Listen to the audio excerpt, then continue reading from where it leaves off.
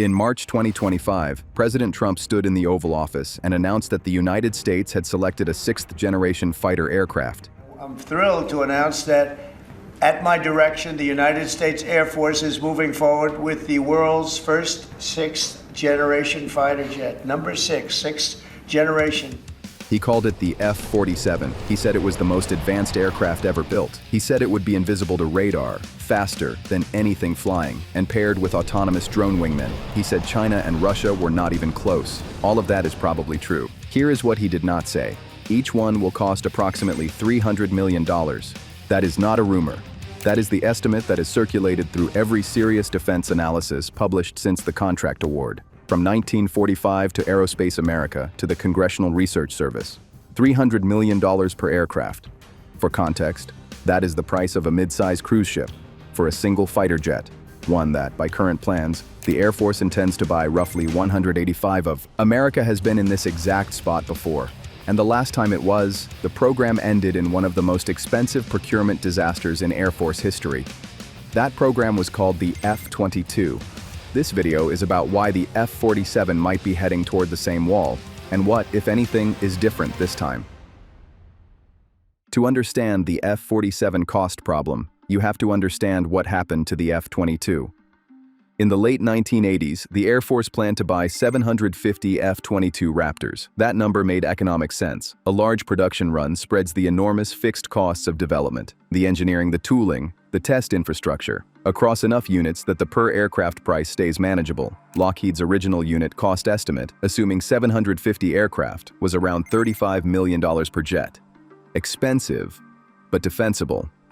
Then the Cold War ended. The Soviet threat that justified 750 F-22s evaporated. The production number got cut, then cut again and again. Each cut raised the unit cost because the same fixed costs were now being divided by a smaller number. Each cost increase gave Congress another reason to cut further, which raised the cost further, which justified another cut. By the time production ended in 2011, the Air Force had bought 187 F-22s, one quarter of the original plan, at a unit cost of approximately $143 million. A program designed to buy 750 aircraft at $35 million ended up buying 187 at $143 million each. Defense analysts have a name for this pattern. They call it the death spiral.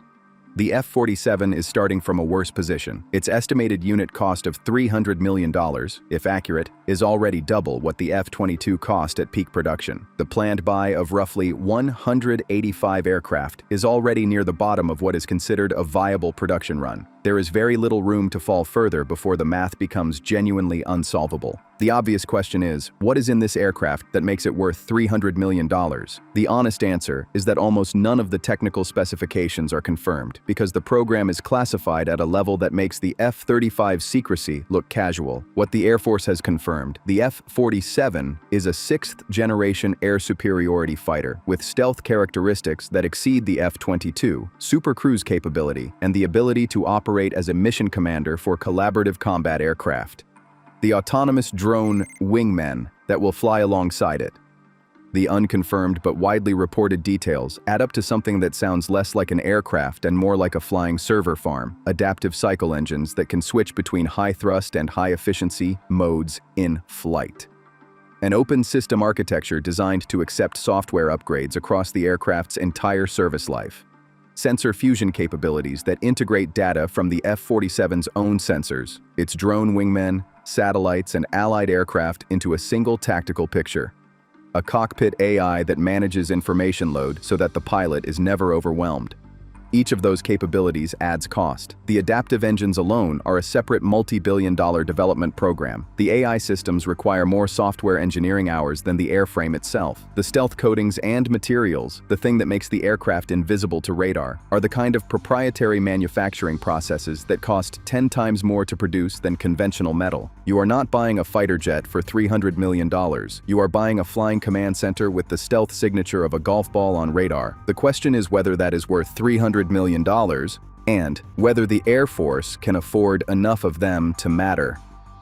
Here is the arithmetic that drives the concern. The Air Force currently operates approximately 183 F-22 Raptors in active service. It plans to replace them, eventually, with F-47s. If it buys 185 F-47s at $300 million each, it is spending $55 billion on the airframes alone. That does not include the engines, the weapon systems, the ground infrastructure, the training pipeline, the sustainment costs over a 30-year service life, or the drone wingmen that the F-47 is supposed to command.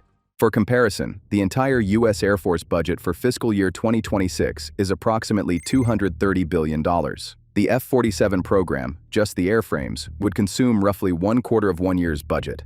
Spread across 10 years of procurement, it is still a $5.5 billion annual commitment to one aircraft type, in a budget that also needs to buy B-21 bombers, KC-46 tankers, new ICBM systems, satellite networks, and the F-35s that the F-47 is not replacing.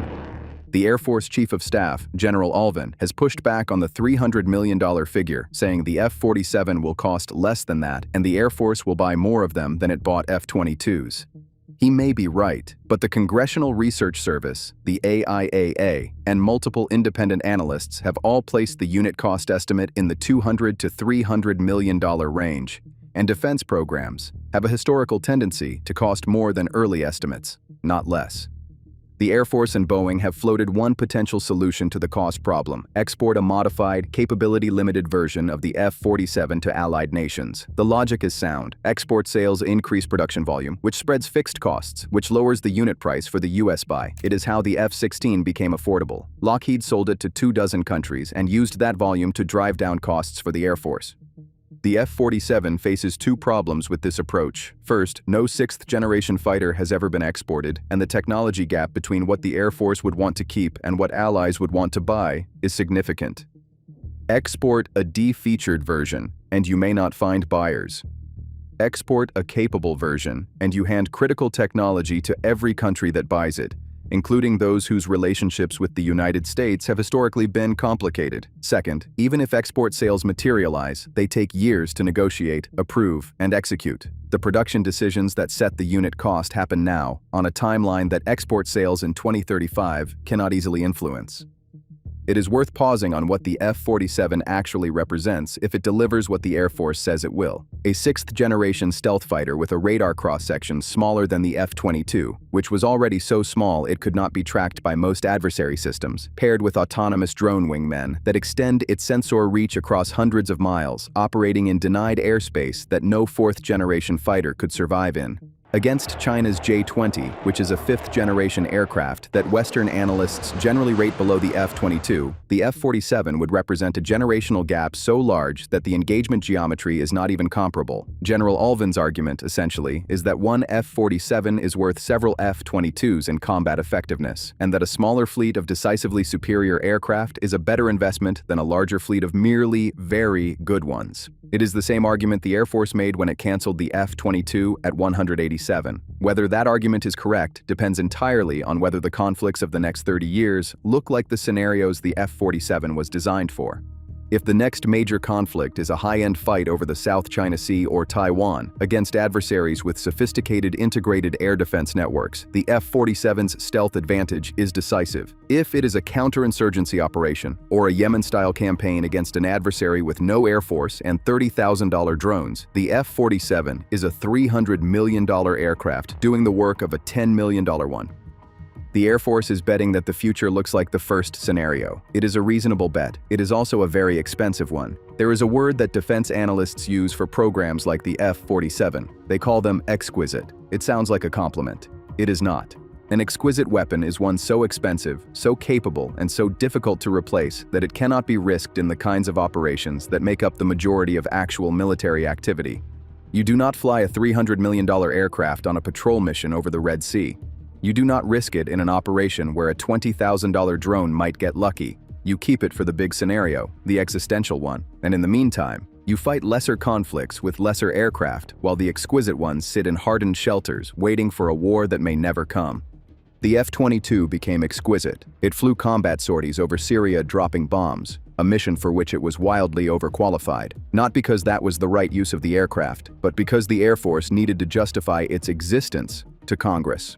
The F-47 is being designed to be even more capable and will cost roughly twice as much. The exquisiteness trap is not a future risk, it is a design feature. The F-47 may well be the finest fighter aircraft ever built. Boeing's engineers almost certainly have the technical capability to build something genuinely revolutionary. The question is not whether America can build the best fighter in the world. It clearly can. The question is whether it can afford to build enough of them to matter. The math right now does not obviously say yes.